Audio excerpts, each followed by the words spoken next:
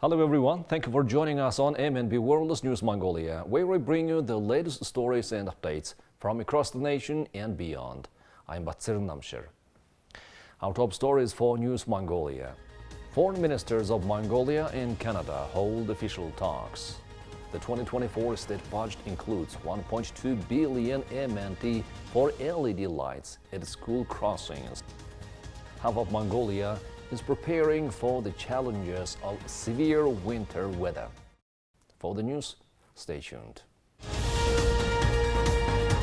During an official visit to Canada from November 20th to 22nd, 2023, by invitation of the Canadian Foreign Minister Melanie Joly, the Mongolian Foreign Minister Batsitsig Batmuch engaged in official discussions with Minister Joly on November 22nd. At the outset of the meeting, both ministers expressed contentment with the progression of Mongolia-Canada relations over the past 50 years, evolving into an expanded partnership grounded in mutual commitment to advancing democracy, the rule of law, and human rights.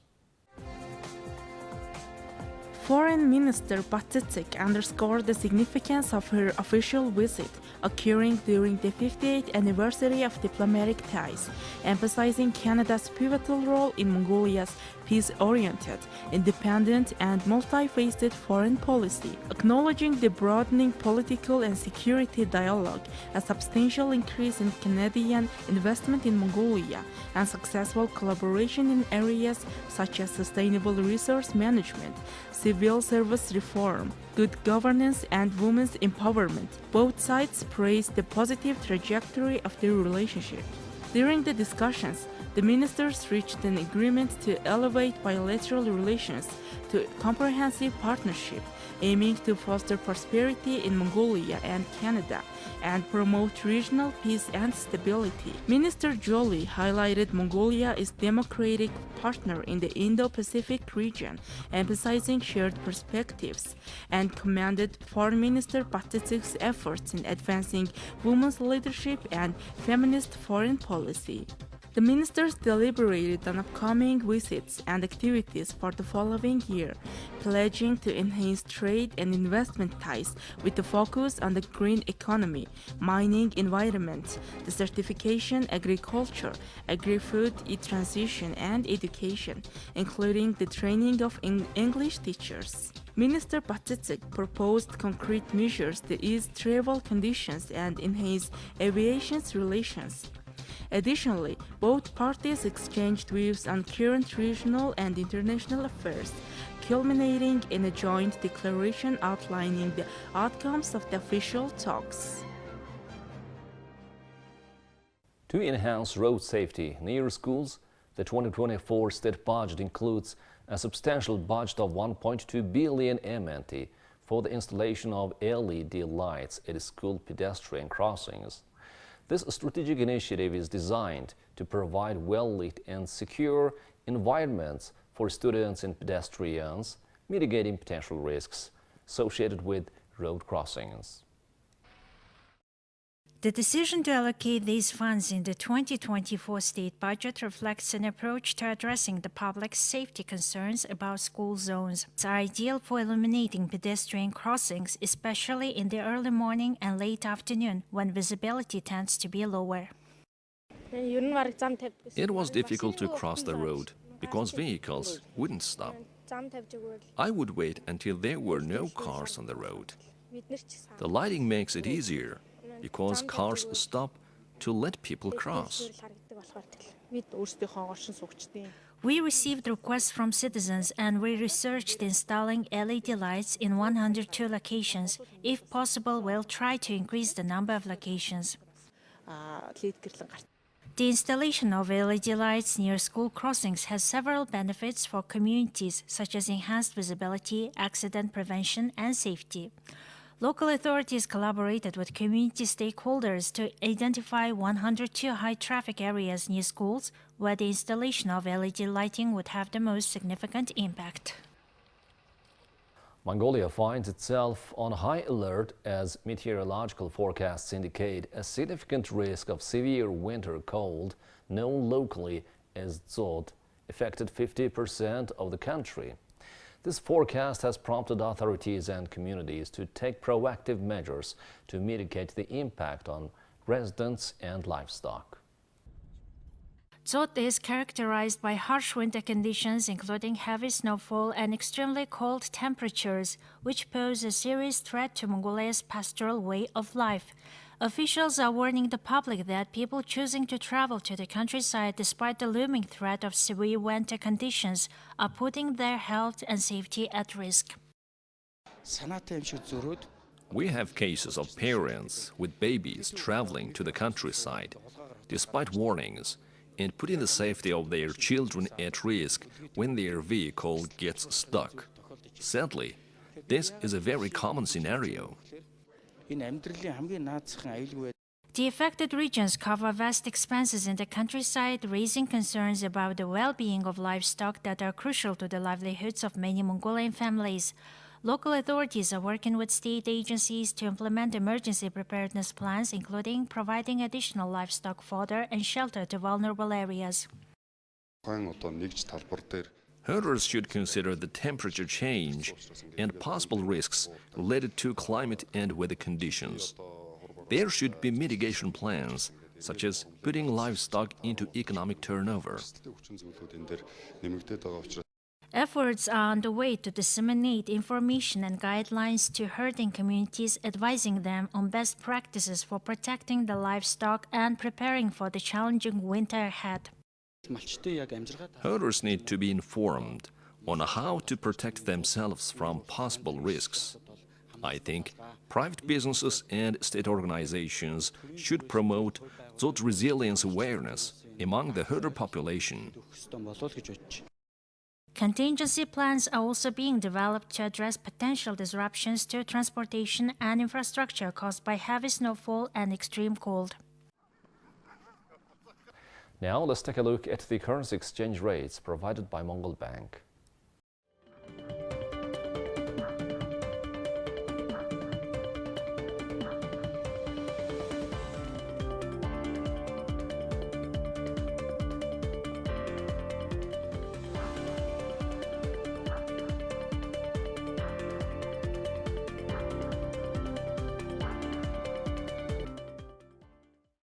Now let's take a look at international news from our partner agencies. The leaders of Britain and South Korea will seek to strengthen trade and defense ties between their countries during a state visit to the UK by President Yoon Suk-yeol. Yoon and South Korean First Lady Kim Kyung-hee received a ceremonial welcome with military honor guards by King Charles III, Queen Camilla, the Prince and Princess of Wales, and Prime Minister Rishi Sunak, among others, in London before heading to Buckingham Palace. Yoon landed at Stansted Airport near London on Monday. Britain hopes his formal three-day visit will help cement an Indo-Pacific tilt in its foreign and trade policy. Later on Tuesday, Yoon was set to address Parliament and take part in a state banquet hosted by King Charles III at Buckingham Palace. He is also scheduled to hold talks with Sunak focused on trade, technology, and defense. The two countries will officially launch talks on an upgraded free trade agreement to replace the current deal, which largely replicates the arrangement the UK and before it left the European Union. Britain has launched trade talks with several countries since leaving the European Union in 2020, though it has finalized deals only with Australia and New Zealand. The UK also has joined the Comprehensive and Progressive Trans-Pacific Partnership, or CPTPP, an Asia-Pacific trade bloc that includes Japan and 10 other nations. Sunak and Yoon are expected to sign an agreement covering cooperation in defense and technology, including artificial intelligence. Britain hosted the first International AI Safety Summit this month, and South Korea intends to hold a follow-up event next year. Britain also plans to invest in South Korean semiconductor manufacturing as part of international efforts to diversify the supply of the key computer components.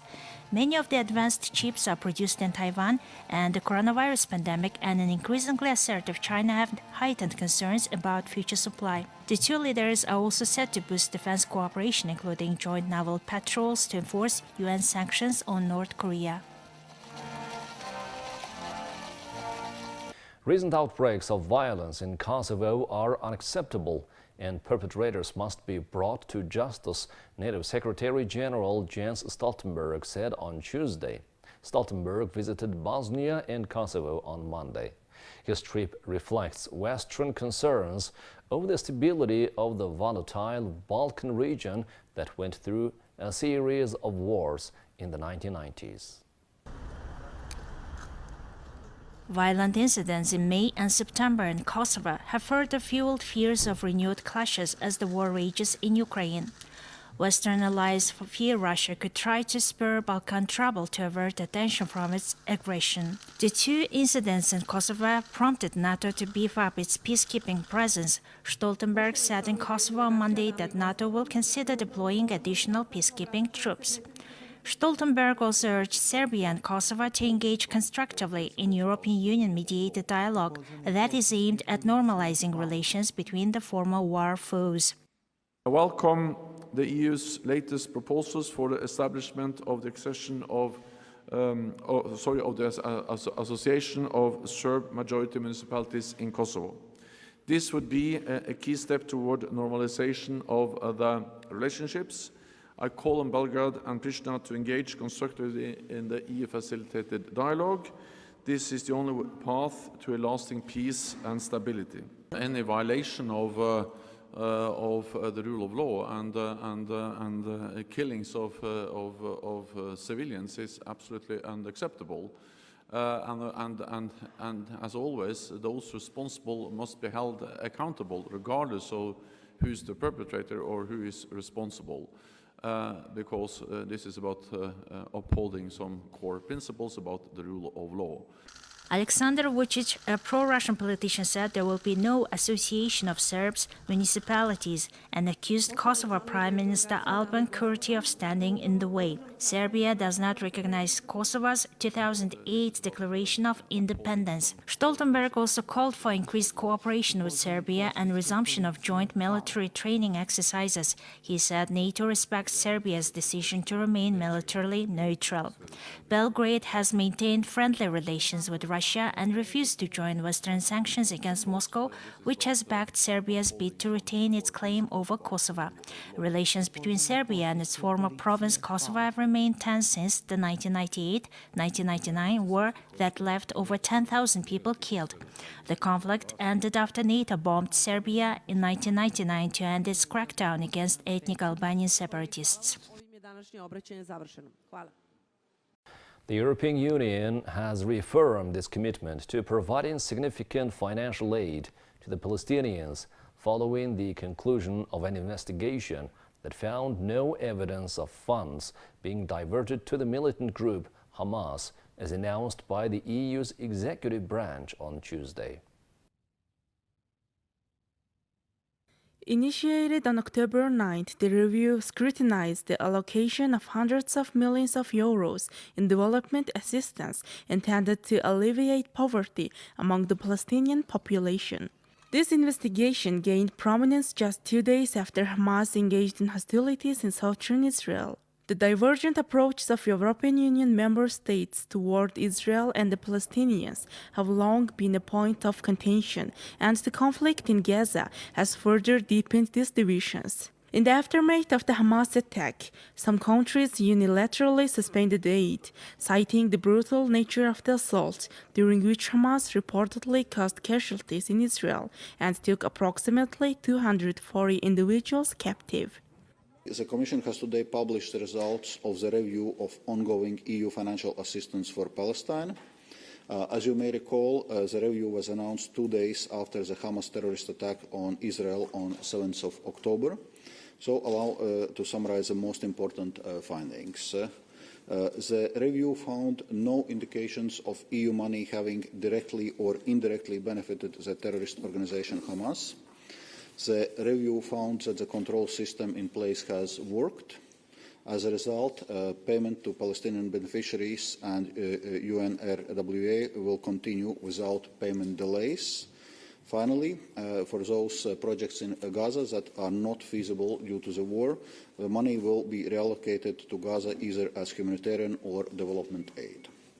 It's noteworthy that the investigation, while comprehensive in its assessment of development assistance, did not extend to emergency humanitarian aid. In addition to ensuring the appropriate use of funds, the inquiry also aimed to determine whether financial resources were utilized to incite hatred or anti-Semitism. As the world's largest provider of assistance to the Palestinians, the 27-nation European Union has earmarked almost 1.2 billion euros or $1.3 billion for the period 2021 to 2024. This financial commitment underscores the European Union's dedication to supporting developmental initiatives in the region. Amidst geopolitical complexities, the European Union remains steadfast in its efforts to address both the humanitarian needs of the Palestinian population and concerns related to the potential misuse of financial aid. Now let's take a look at global current affairs. Russian strikes on residential areas in Kherson on Monday and Tuesday killed 2 people and injured 1, the regional government said. 2 people died in Monday's attack. The victims were local drivers, regional authorities said. Video shared by the regional military administration showed burned-down cars in a parking lot.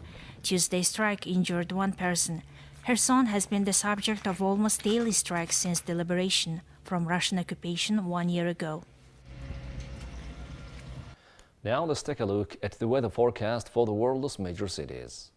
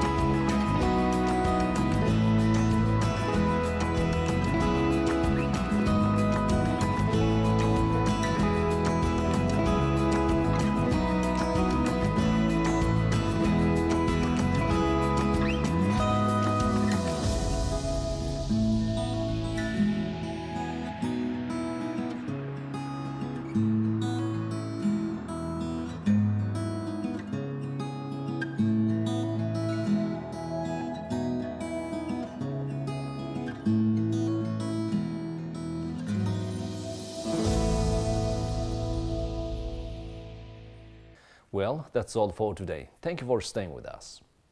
We'll see you on Thursday with more news and updates. Goodbye.